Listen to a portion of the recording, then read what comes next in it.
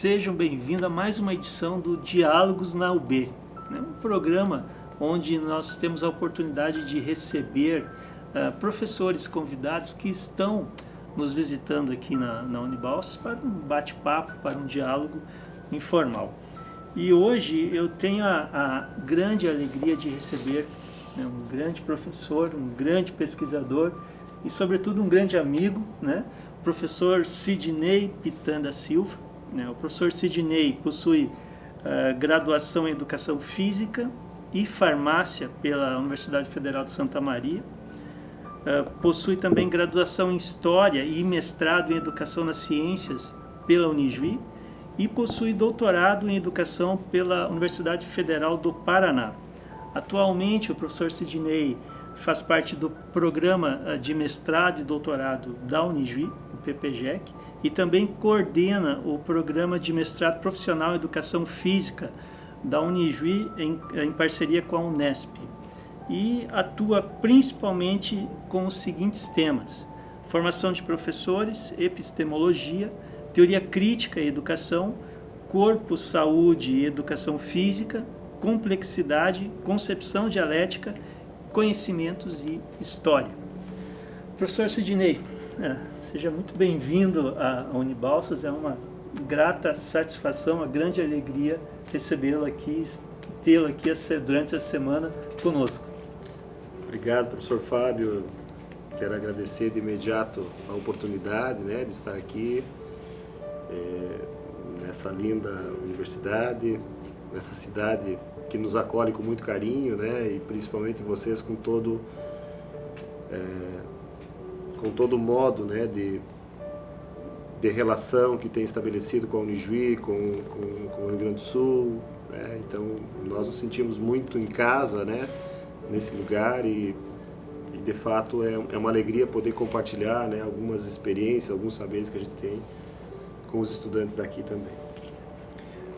Professor, vamos então iniciando aqui um bate-papo. O senhor tem estudado muito, né, e escrito muito sobre a questão da pós-modernidade, né?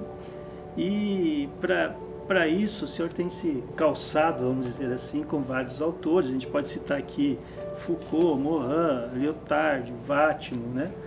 Mas eu sei, professor, inclusive fui seu aluno em uma disciplina, né, onde foi trabalhado um grande autor, né, da pós-modernidade, que é o filósofo e sociólogo, né, o polonês Zygmunt Bauman, que infelizmente nos deixou há pouco tempo, né, em janeiro de 2017 ele faleceu, mas a sua obra continua muito forte, né? Vamos falar um pouquinho então sobre esse autor, que é uma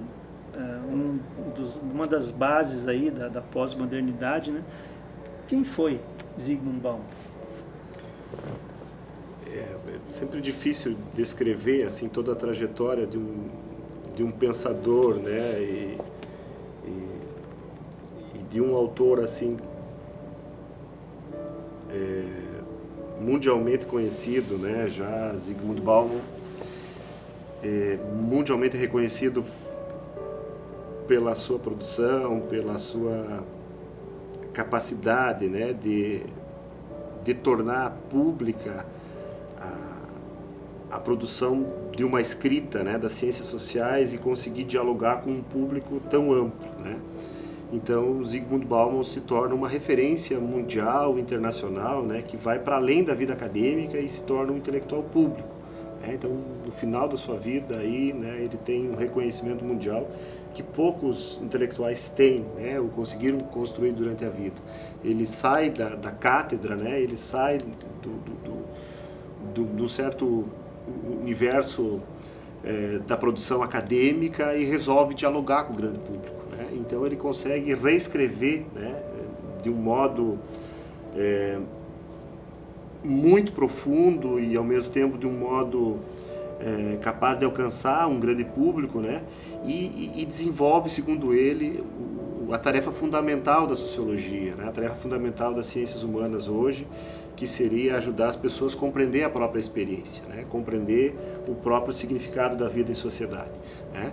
Então, Zygmunt Bauman é de certo modo, um remanescente do século XX, né? É alguém que nasceu no início do século, né? E vai falecer recentemente. Ele é um intelectual que tem uma experiência, né? Que é atravessar uma Polônia, né? Nascida numa Polônia aí que vive um drama, né, de relação com a União Soviética, que vive uma Polônia que vive a Segunda Guerra, né, uma Polônia que vive contradições no interior do capitalismo, né? Então o Bauman traz na sua sociologia a sua experiência de vida, né? A sua experiência de formação acadêmica, a sua experiência dos fracassos das teorias, a sua experiência de ser um judeu, né, de nascer no seio de uma família judia, a sua experiência de militar no Partido Comunista, né, a sua experiência de ver a crise também, a ruína desse partido e de uma certa ideia perfeita de sociedade. Então Bauman é alguém que tem a experiência de migrar pelo mundo, né, de ter que sair às pressas da Polônia, para fugir do nazismo, de ter que se albergar na União Soviética, depois de ter que constituir um modo de ter liberdade para o pensamento, né, indo a Israel e se alojando, né, por último aí na Inglaterra, na Universidade de Leeds. Então Bauman é um professor que carrega uma herança acadêmica, que teve grandes mestres, que carrega muitas tradições da sociologia e que tem uma experiência de vida extraordinária, né? Uma experiência de vida extraordinária. Muitos intelectuais como Humberto Eco, por exemplo, vão dizer o que será que o Bauman quis dizer com isso, né? Não é facilmente decifrável, embora Bauman tenha se tornado um intelectual público e dialogado, não é facilmente decifrável a sua sociologia, né? Mesmo Humberto Eco, um dos maiores intelectuais do século XX também, né, vai reconhecer, né, a riqueza desse conceito de modernidade líquida e vai dizer que enigma né, isso, o que será que Bauman quis dizer com isso? Você vê outros intelectuais como Gianni Vattimo também reconhecendo esse potencial do Zygmunt Bauman, né, como um grande intelectual. Você vai ver Agnes Zeller, né, como uma grande intelectual que vai dizer, olha, tem alguém que está abrindo uma trilha diferente de interpretação aqui. Enfim, é uma inspiração aí, alguém que se reconhece tanto como um liberal, né, alguém que se reconhece tanto como um pós-estruturalista, alguém que se reconhece tanto como um marxista, né? Uhum. Bauman é um intelectual que alguns diriam como um intelectual eclético, né? Mas um intelectual profundamente hermeneuta, né? Bauman é um grande hermeneuta, né? E ele reconhece a força dessa tradição hermenêutica, né? E por isso ele vai fazer reconceptualizações da própria noção de ciência, da própria noção de conhecimento, né? Da própria noção do lugar do intelectual na cena pública, do próprio valor da política, da própria reconfiguração da modernidade, dos potenciais e os limites da teoria crítica que ele antecedeu, né? E a audácia de projetar uma nova teoria crítica, né? Ou uma outra compreensão para a teoria crítica no mundo contemporâneo, né? E isso representa um pouco para mim o legado, um pouquinho do legado do Bauman, né? E sobretudo também um pensador que se manteve ativo até o final da vida, né? Inclusive tendo trabalhos sendo publicados após a sua morte, né? A gente pode dizer que o Bauman talvez seja um dos principais pensadores aí da pós-modernidade, né? Não sei se estou correto nessa afirmação. O Anthony Giddens diz isso, né? Que ele é o maior pensador da pós-modernidade, né? O maior pensador. Mas em determinado momento ele deixa de usar esse termo pós-modernidade e passa a utilizar os conceitos de modernidade sólida e modernidade líquida, né? O que significa essa, vamos dizer assim, essa metáfora da liquidez, né? Qual seria a diferença, ou as principais diferenças entre a modernidade sólida e a modernidade líquida, e a relação com a pós-modernidade? É muito impressionante, né? Porque Bauman é um sociólogo e um filósofo social que reconfigurou a sua forma de ver o mundo e de compreender o mundo várias vezes, múltiplas vezes, né? E ele sempre dizia que o papel do intelectual é participar desse diálogo vivo, né? Não é uma coisa petrificada e morta. É quase como se ensinasse para nós que pensar não é uma coisa única, nem fixa, né? Mas que se refaz, né? Então eu percebo assim, né, Fábio, que o Bauman passa de uma dimensão mais clássica do marxismo, né, para uma dimensão depois de um marxismo mais humanista, né, que é muito próprio do marxismo ocidental, né, que tem uma tradição imensa aí com Sartre, com Maurício Merleau-Ponty, com Cornelius Castoriadis, com todos os intelectuais que estão no Ocidente, né, tendo uma experiência e uma leitura muito crítica do stalinismo, né, e ao mesmo tempo reconfigurando as formas de pensar a liberdade, de pensar a sociedade. Então o Bauman tem uma fase mais marxista, depois ele tem uma fase mais pós-estruturalista, né, e depois ele tem uma fase que ele reconfigura isso, né. É como se dissesse assim, ele tem uma fase da modernidade, passando a pós-modernidade e depois reescrevendo essa perspectiva pós-moderna dele, né? Então, mas ele não abandona isso, né? Tem que reconhecer que também que ele tem uma influência muito grande de Levinas, né? É um autor muito importante para ele, assim como ele tem um reconhecimento de autores como Michel Foucault, né? No pós-estruturalismo, autores como Theodor Adorno, autores como Antônio Gramsci, autores como George Simmel, né? Mesmo Karl Marx. Ele tem uma série de autores, né? Autores liberais, né? Como Stuart Mill, como Hannah Arendt. Então o Bauman ele guarda na sua caixa muitos autores, e esses autores lhe permitem mapear, né?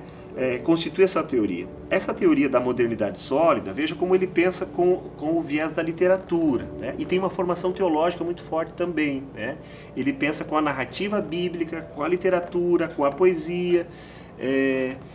Ele consegue pensar em termos da estética, né? Bauman, sobretudo, é um autor que se movimenta muito pelo campo da estética, né? Assim como todos os pós-modernos em geral, né? A pós-modernidade é muito influenciada por uma perspectiva da arte e da estética, como um modo de pensar, né?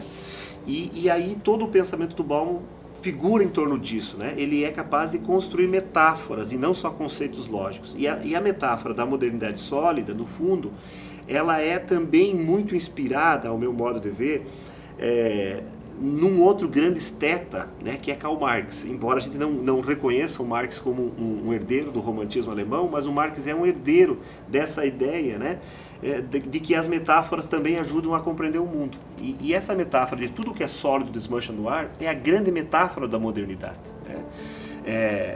O Max Weber foi um pouco mais lógico, ele disse a modernidade é a época de desencantamento do mundo, né? O Bauman está mais para a tradição weberiana do que marxiana, obviamente, né? Porque ele é, de certo modo, um crítico da razão. E o Marx não é necessariamente um crítico da razão, mas é um crítico da sociedade. E a forma de crítica do Bauman, então, ele configura a modernidade sólida como aquela época da Revolução Industrial, do capitalismo industrial, da época em que a sociedade moderna destitui, né, ou ela derrete os sólidos da sociedade feudal e constitui novos sólidos, né? Os sólidos que são os sólidos da sociedade moderna, da sociedade industrial, dessa sociedade que gira em torno de um modo de economia, né?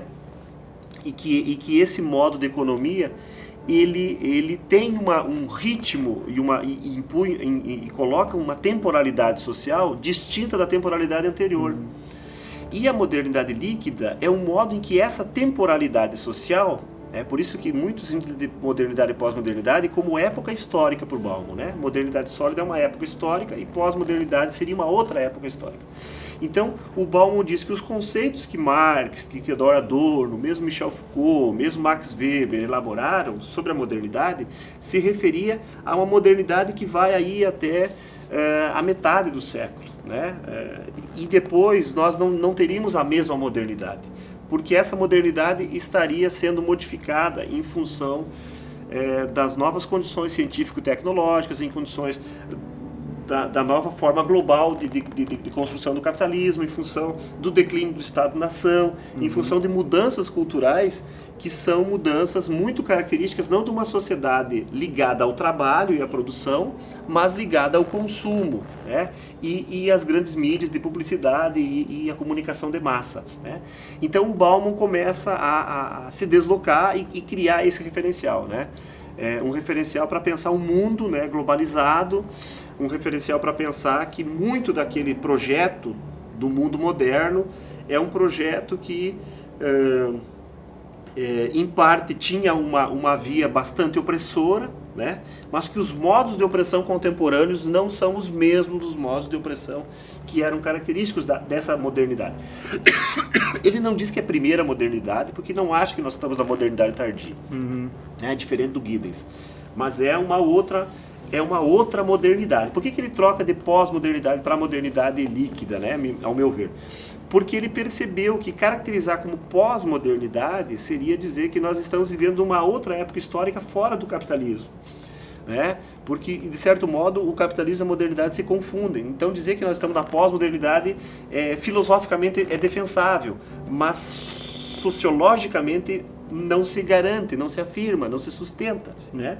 Filosoficamente, a gente pode dizer que, como diz o Lyotard, por exemplo, né, que a pós-modernidade é uma espécie de atitude frente à modernidade, né? Não é um abandono, mas é uma modernidade de outra forma, né? É um modo de pensar de outra forma.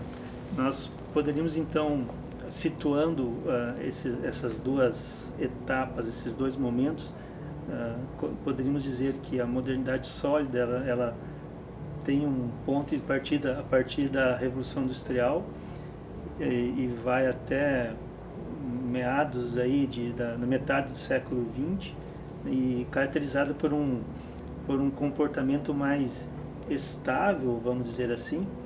E a modernidade líquida nós teríamos então a partir da metade do século XX até os dias atuais, né? E com um comportamento de uma instabilidade maior, poderíamos situar dessa maneira. É interessante como o Bauman se movimenta, né? Porque o Bauman, ele não diz essas teses assim, embora ele as faça de forma metafórica, ele acompanha o movimento da sociologia e o movimento da epistemologia e o movimento da ontologia, né? O Bauman é um filósofo altamente atento às viradas que se dão no interior do conhecimento em geral. Por isso que o Bauman ele reatualiza as condições de possibilidade da própria ciências sociais hoje, né? Então, o que são as características assim do mundo contemporâneo? Como você listou, né, Fábio? A imprevisibilidade, a incerteza, a velocidade, né? Então, pressupostos que vêm do próprio debate epistemológico, né, como a imprevisibilidade, a incerteza, né? O Bauman reconfigura para isso, pensar por narrativas, né? Pensar por intermédio da linguagem. O Bauman se ampara muito em Richard Hort, aí, né?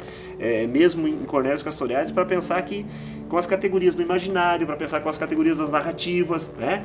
E ele reconhece, assim, em si, que o sociólogo não é o dono do mundo, que ele não consegue apreender o mundo na teoria, mas que o sociólogo, ao máximo, consegue reconstituir elementos para que a própria sociedade compreenda o mundo que vive, mas que a sociedade em si não é apreensível. Então, o Bauman, como teórico, ele vai perceber o quê? Que nós vivemos uma espécie de individualidade crescente, né? Um processo de individualização crescente, e ele não vê respostas fáceis. Ele não vê respostas fáceis. Por isso que nessa obra Ética Pós-Moderna, por exemplo, Mundo em Fragmentos, ele diz assim, o que pode nos aproximar com questões comuns, né? Quais são as questões comuns que podem nos aproximar uns dos outros, né? Não há mais uma verdade sobre nós que possa nos unir, né? Nós temos que conversar sobre isso, construir alternativas, ver que pontos em comum nós temos e podemos pautar questões comuns. Então o Bauman vive esse drama, né, assim, de que não pode ter um legislador que decrete, nós vamos fazer esse ou aquele movimento, mas que isso tem que ser construído pelos indivíduos nas suas relações. Nessa linha, professor, já que o senhor falou da questão do indivíduo, das relações, né, um dos vamos dizer assim, dos best-sellers do Bauman, é o livro Amor Líquido, né? E que ele traz exatamente essa questão da fragilidade dos laços humanos, né? Do medo de a gente acabar sozinho, né? No medo de não ser visto, né? Nessa sociedade, né? Esses laços familiares, esses laços de amizade, enfim, as relações humanas, elas realmente estão nesse momento da modernidade líquida, elas estão de fato fragilizadas, né?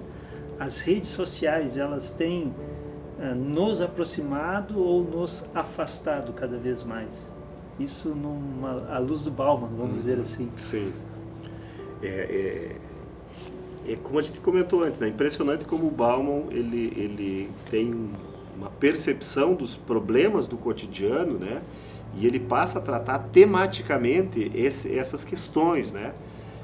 Da solidão, da insegurança das pessoas, da precariedade do mundo do trabalho, de empregos estáveis, da ausência de empregos, de movimentos sociais que se movem mais pelo consumo, de relações amorosas que duravam, né, e tinham um compromisso duradouro e passam a ser relações frágeis, né?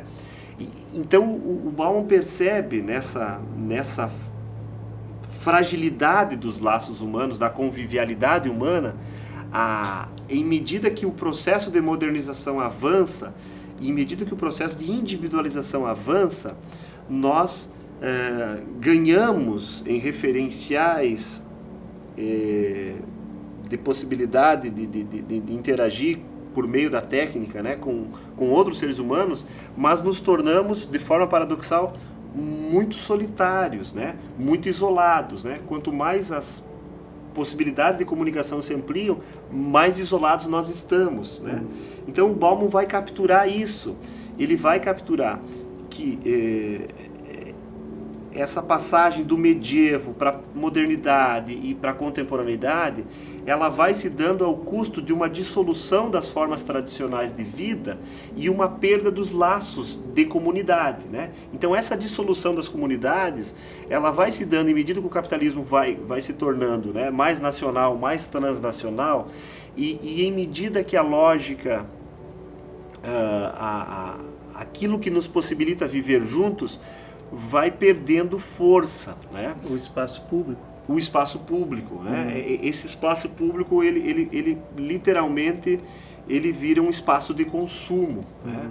Então, uma sociedade que se movimenta muito mais pelo consumo do que propriamente por causas comuns, pela política, pela convivência e o debate de questões comuns, né? E por isso que ele vai dizer que há uma privatização crescente da esfera pública e uma privatização crescente da nossa vida como indivíduos, né?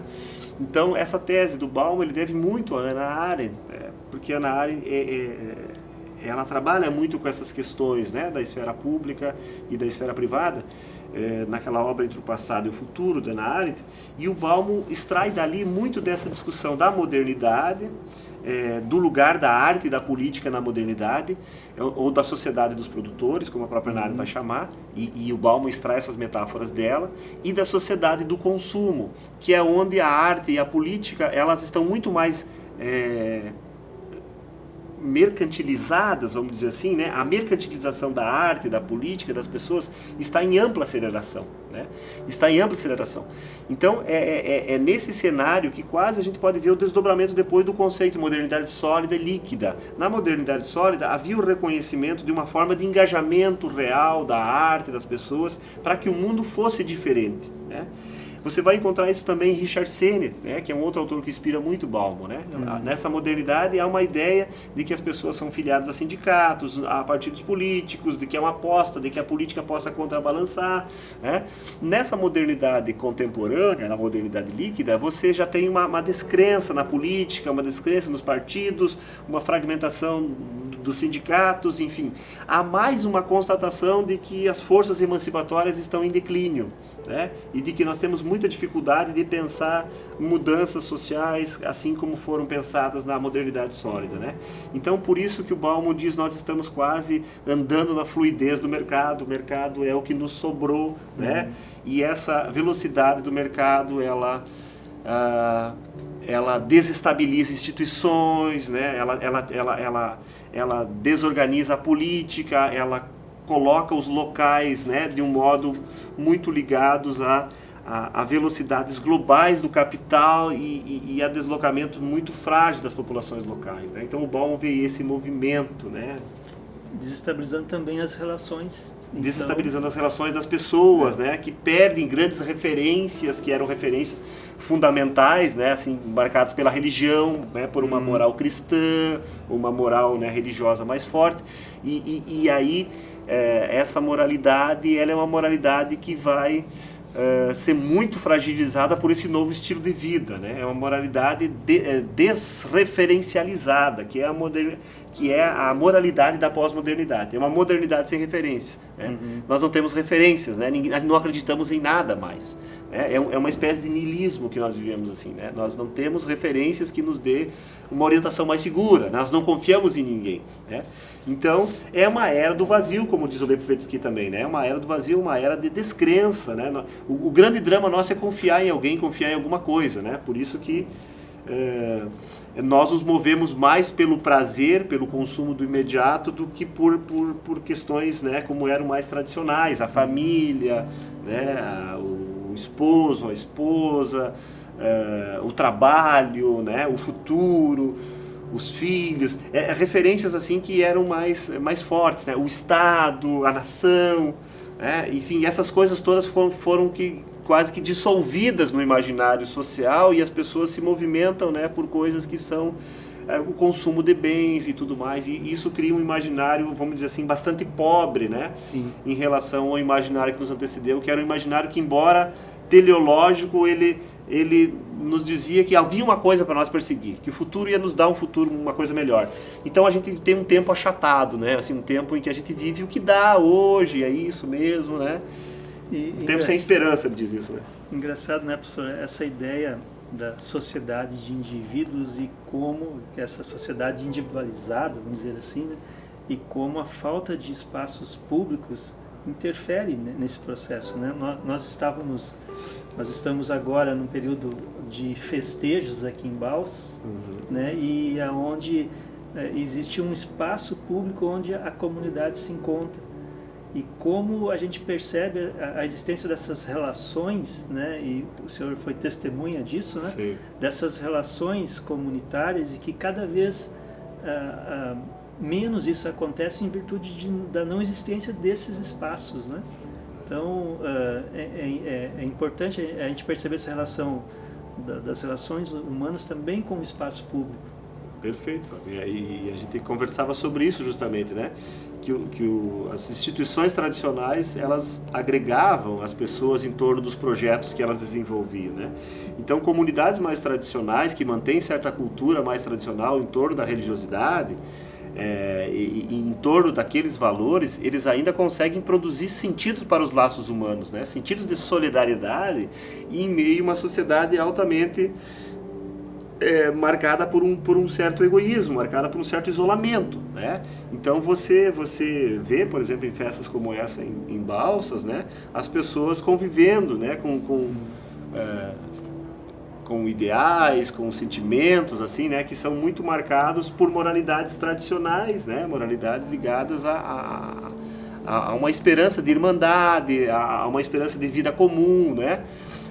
Coisas que muito se perde no convívio das novas gerações, que não têm essas tradições como lastro, né, que lhes produz na vida, né? Então você vê que é sempre uma batalha, né, da vida mais individualizada ou a vida mais comunitária, né? Uma vida que faz sentido, as comunidades podem se diluir, se destruir, ou elas podem se reorganizar, né? Enfim, é um pouco por aí, né, acho, essa discussão. Professor, nós estamos estourando nosso tempo, mas a conversa está tão legal, eu quero fazer mais uma provocação para o senhor, né, trazer um pouquinho para o para a nossa área, né, esse debate, que é a educação. Né, educação. Segundo Bauman, né, na era sólida da modernidade, o conhecimento ele tinha um valor porque ele era algo durável, né, algo que permanecia sendo, vamos dizer assim, uma espécie de verdade por muito tempo. Né, e a educação tinha valor porque de transmitir ou de socializar esse conhecimento, isso num período da modernidade sólida. Nesse momento mais contemporâneo, que Bauman rotula como modernidade líquida, né, esse conhecimento ele também passa por uma instabilidade, ele se desmancha de forma muito fácil, ele se liquefaz, né, de forma muito fácil. Nesse sentido, a provocação seria a seguinte: a educação ela também está num processo ela também está se liquefazendo?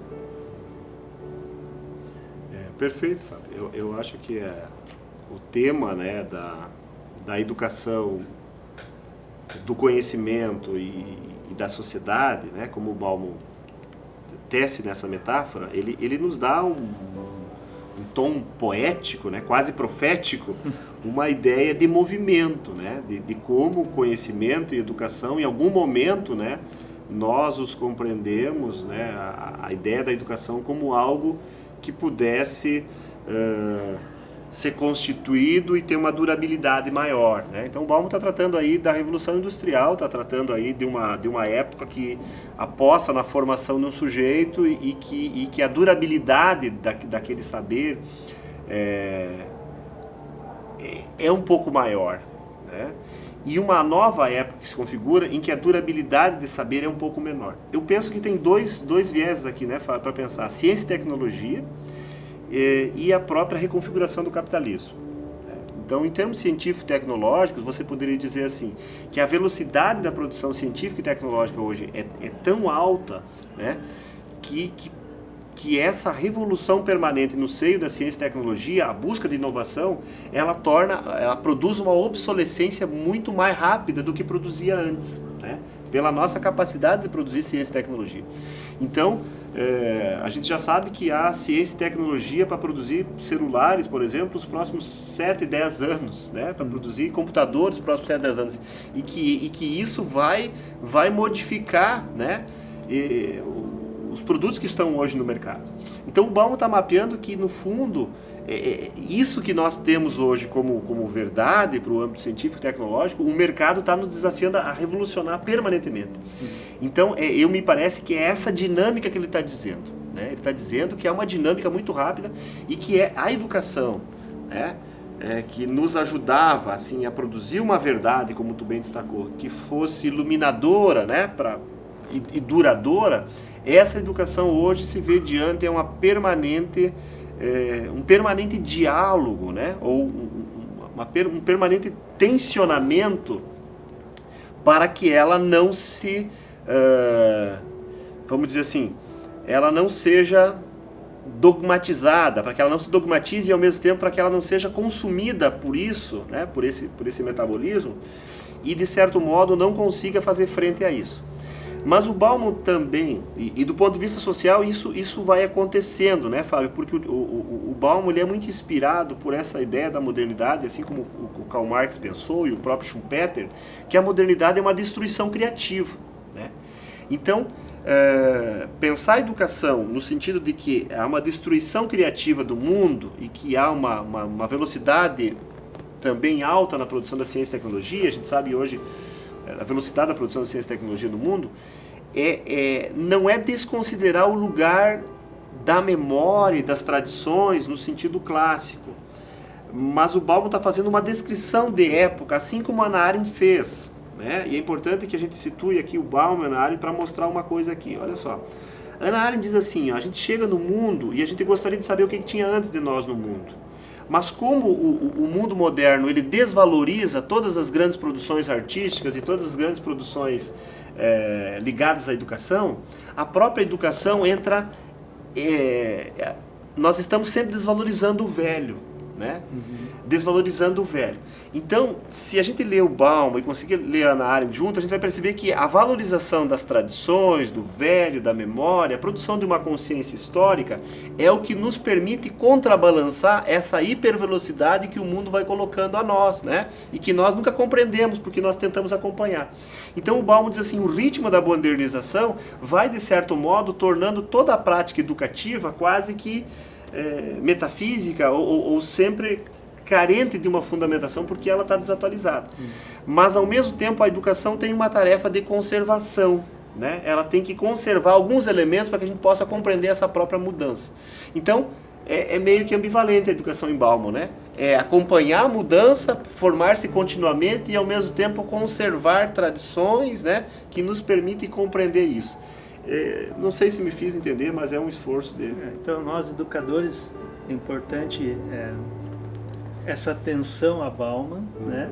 Mas sem deixar de lado a tradição. Sem deixar de lado a tradição. Com um pezinho na tradição. Nós vivemos no passado. A educação lida, de certo modo, sempre com o passado. O que o Bauman está dizendo é de que esse passado e que ele está sendo desvalorizado no presente, né? Ou seja, hoje a gente está vivendo o presente eterno. As gerações que vivem hoje estão vivendo o presente eterno. Elas não têm uma noção de que esse presente foi produzido por um passado e, portanto, elas desvalorizam a história. E também nós não temos utopias, né, de projetar um mundo melhor. Ninguém acredita que um mundo melhor pode ser feito. E o Bauman vai dizer, a gente pode fazer um mundo melhor, né? Talvez não ao modo do que pensaram os filósofos anteriores, mas ao modo diferente, como ele diz, um modo iconoclasta, né? Por isso que ele chama isso de desconstrução. O modo iconoclasta é assim, nós não sabemos muito bem o que vai ser o futuro, mas nós sabemos o presente que nós não queremos viver. E esse presente, alguns presentes aí que são mutiladores da dignidade humana, nós não queremos viver. Então essa denúncia do presente que nós não queremos viver, já é a construção do futuro que nós queremos viver, né? Se nós não queremos a miserabilidade, se nós não queremos a fome, se nós não queremos a guerra, se nós não queremos a depressão, se nós não queremos isolamento, né? Isso que nós não queremos viver já é uma utopia do que nós queremos viver. Então o Bauman ele trabalha muito nessa desconstrução das coisas que de fato atrapalham, né, esse projeto de dignidade humana, de uma sociedade mais livre, etc. Né? O que não pode acontecer, professor, é a gente ignorar o passado e não se preocupar com o futuro, viver apenas o presente. Viver apenas o presente, Professor, foi um enorme prazer, né, tê-lo, né, aqui, um aprendizado enorme. Poderíamos ficar aqui muito tempo conversando. Eu gostaria de dizer que nós temos aqui, professor, um grupo de estudos, né, sobre Zygmunt Bauman, já há 3 anos, e muito inspirado, né, nas suas falas lá naquela disciplina, né, de 3, 4 anos atrás, onde nós falamos um pouco, estudamos um pouco sobre Bauman. Então esse grupo também é um pouco filho do seu trabalho e da sua inspiração, das suas leituras. Nesse sentido, professor, eu gostaria de agradecer demais então a sua presença, os seus ensinamentos e sobretudo a sua amizade que me é muito cara. Muito obrigado. Professor, obrigado então. Eu que agradeço a Unibalsas, agradeço a todo o pessoal que trabalha aqui na Unibalsas com muito carinho, né? A gente está aqui nesse lugar e percebe que é um lugar muito diferenciado, né? Com uma hospitalidade imensa, né? E eu me sinto muito honrado de estar aqui com vocês, né? Aprender muito com todos vocês aqui, né, Fábio? E me sinto honrado por você trazer esse germe aí, essa ideia de que o conhecimento, né, e que estudar Bauman, estudar sociologia possa ajudar muito a essa comunidade aqui para que ela encontre e produza o seu caminho, né? Nós somos brasileiros e muitos de nós não tiveram a oportunidade de encontrar e construir o seu próprio caminho, né? Então que a Unibalsas seja um germe, né, assim como o grupo de estudos Bauman, para que todo estudante que se aproxima da Unibalsas e que vem buscar aí uma possibilidade de vida, uma alternativa de vida em meio a esse mundo altamente excludente, ele possa se valer disso, né, da nossa dedicação. Parabéns, Fábio, né? Um orgulho imenso estar com vocês. Muito bem. Obrigado, então, professor. Até a próxima. Até a próxima.